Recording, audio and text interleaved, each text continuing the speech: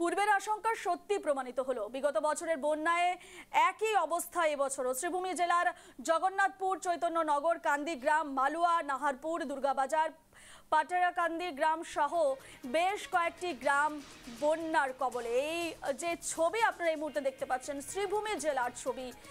পূর্বের আশঙ্কা সত্যি প্রমাণিত হলো এবং একাধিক এলাকা বন্যার কবলে। পূর্বের আশঙ্কা সত্যি প্রমাণিত হলো এবং শ্রীভূমির একাধিক এলাকা বন্যার কবলে। গত বছরের ন্যায় একই অবস্থা এবছরও।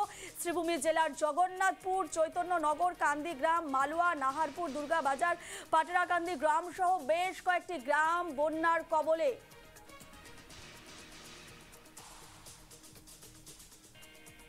এই ছবি দেখতে পাচ্ছেন শ্রীভূমি জেলার ছবি এবং গত বছরের ন্যায় এই বছরে একই পরিস্থিতি শ্রীভূমির। দেখতেই পাচ্ছেন একাধিক গ্রাম বন্যার জলে তলিয়ে গেছে, বন্যাক্রান্ত একাধিক এলাকা।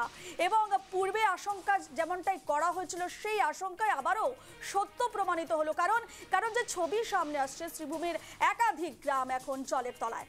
আমরা সরাসরি যাব আমাদের প্রতিনিধি সৌমিত্রের কাছে। সৌমিত্র, শ্রীভূমি জেলার একাধিক গ্রাম এখন বন্যার কবলে। তুমি এখন ঠিক কোথায় রয়েছো, কি পরিস্থিতি সেখানে? এই মুহূর্তে নিউজ লাইভ বাংলার দর্শকদের আমরা দেখাবো গ্রাউন্ড জিরো থেকে। আমি বর্তমানে এসে উপস্থিত হয়েছি শ্রীভূমি জেলার কান্দিগ্রাম অঞ্চলে। যে কান্দিগ্রাম অঞ্চলে বিগত দিনে আমরা নিউজ লাইভ বাংলার সংবাদ যে পরিবেশন হয়েছিল, তারপরে নড়ে চড়ে বসেছিল বিভাগ এবং মন্ত্রীরা। তারপর যখন আমাদের নিউজ লাইভ বাংলার সংবাদের জেরে কিছু আধিকারিকরা এখানে এসে পরিদর্শন করেছেন, কিন্তু পরিদর্শন করে কোনো ব্যবস্থা নেননি, যার ফলে আবারও এইবার বন্যায় কবলে পড়েছে বেশ কয়েকটি গ্রাম। এই মুহূর্তে আমরা যে দৃশ্য দেখাচ্ছি আমাদের ক্যামেরার সম্মুখেই, যে ওয়াল, একটি গ্রেভিয়ার্ডের ওয়াল ভেঙে নিয়ে গিয়েছে এই নদীর জল।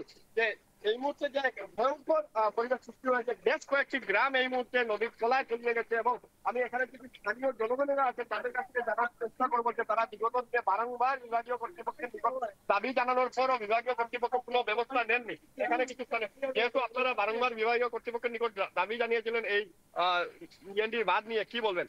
দেখো, আমরা গত বছর আমাদের কান্দিগ্রামে ভয়াবহ অবস্থা বন্যা হয়েছিল। গত এক বছর থেকে আমরা বিভাগীয় কর্তৃপক্ষের সঙ্গে দৌড়ঝাঁপ করে যোগাযোগ করার পরে সঠিক সময়ে কোনো পদক্ষেপ নেয়নি। সেই জন্য গতকালকে কিছু জিওব্যাগ ফেলেছিল, ফেলার কারণে এই বন্যার যে নিয়েছে, এখন পুরা 7-8টা গ্রাম আমাদের বন্যার জলে চলে যাচ্ছে এবং আমাদের গৃহপালিত পশু থেকে মানুষ থেকে সবকিছু জরাজীর্ণ অবস্থা আমরা বুক করতে হচ্ছে। বিভাগ কর্তৃপক্ষ যদি সঠিক সময়, এই ওয়াটার রিসোর্স ডিপার্টমেন্ট যদি সঠিক সময় আমাদের প্রতিরক্ষা নিত, তাহলে আমরা এই অবস্থাটা বুক করতে হতো না, এই আজকে দুর্ভোগ অবস্থাটা। যেহেতু আমি আরো এখানে স্থানীয় লোক আছেন, তাদের কাছ থেকে জানার চেষ্টা করবো। যেহেতু আপনারা গত বছর বর্ষার মৌসুমে বিভাগীয় যে নদীবাঁধ ভেঙেছিল, তারপর বিভাগীয় কর্তৃপক্ষের নিকট গিয়েছিলেন এবং স্থানীয় মন্ত্রী বিধায়কের নিকটও গিয়েছিলেন, তারপর কি ব্যবস্থা হলো? এই মুহূর্তে যে ভয়ঙ্কর অবস্থা দেখা দিয়েছে, কি বলবেন? দেখুন, আজ থেকে 10-15 দিন আগে আমরা এই জায়গায় দাঁড়িয়ে বলেছিলাম যে আপনারা বাঁধ মেরামতের ব্যবস্থা নেন, যদি নেন না তাহলে এই বৃহত্তর অঞ্চল জলের তলে চলে যাবে। এবং আমাদের যে আশঙ্কা ছিল সেই আশঙ্কা একদম 100% সত্যি হয়েছে। আপনারা দেখেছেন, আপনাদের সামনেই এই ওয়ালটা ভেঙে গিয়েছে।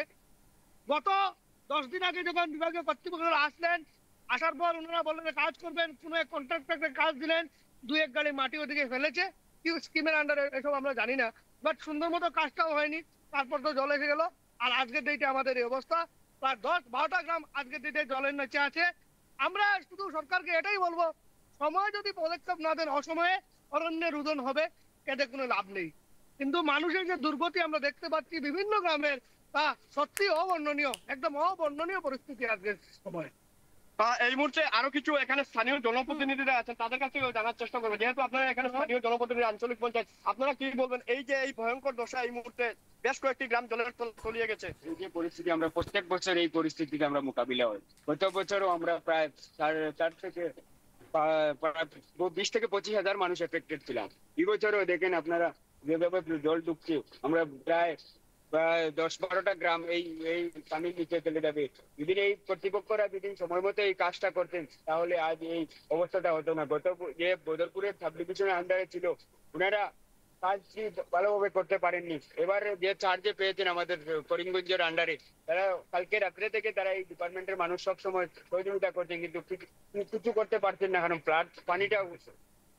পানিটা সবসময় বাড়ছে। এই কারণে এই মুহূর্তে বলতে হবে যে গত বছরের যে কাঠিগোড়া সংমণ্ডলের অধীনে ছিল এই জায়গাটা, কিন্তু এইবার ডিলিমিটেশনের ফলে কিছুদিন পূর্বেই শ্রীভূমি সংমণ্ডলের অধীনে দেওয়া হয়েছে এবং শ্রীভূমির যে কর্তৃপক্ষরা আছেন তারা যথেষ্ট প্রচেষ্টা করেছেন, কিন্তু তাদের সেই প্রচেষ্টা এখনো পর্যন্ত কোনো কাজে লাগেনি। একেবারে সৌমিত্র, একেবারে বিভাগীয় কর্তৃপক্ষের দিকে অভিযোগের আঙুলের পাশাপাশি জনপ্রতিনিধিদের দিকেও কিন্তু একেবারে অভিযোগ তুলে ধরেছেন তারা, এবং গত বছরও ঠিক একই সমস্যার মুখে পড়তে হয়েছে এই শ্রীভূমি জেলার একাধিক গ্রামকে। সে জায়গায় দাঁড়িয়ে তারা যেমনটাই আশঙ্কা করছিল, আজ কিন্তু তারই একেবারে সত্যতা প্রমাণিত হয়েছে এবং একেবারে বেহাল অবস্থা সেই জায়গার বিভিন্ন গ্রাম একেবারে জলের তলায় ডুবে গেছে। সেই ছবি তুমি আমাদের সামনে তুলে ধরছিলে সৌমিত্র, আপাতত তোমাকে ধন্যবাদ জানাচ্ছি। যে ছবি আমরা তুলে ধরছি শ্রীভূমি থেকে, শ্রীভূমি জেলার একাধিক গ্রাম এখন জলের তলায় এবং যেমনটাই তারা আশা করছিলেন, কারণ গত বছরও ঠিক একই সমস্যার মুখে পড়েছিলেন সেখানকার স্থানীয় গ্রামবাসীরা, এবং সে জায়গায় দাঁড়িয়ে গতবারের যেমনটাই পরিস্থিতির সম্মুখীন হয়েছেন এবারও সেটাই আশঙ্কা করছিলেন এবং সেই আশঙ্কায় আলটিমেটলি গিয়ে সত্য প্রমাণিত হলো এবং এবারও একই ছবি ধরা পড়ছে শ্রীভূমি জেলার একাধিক গ্রামে।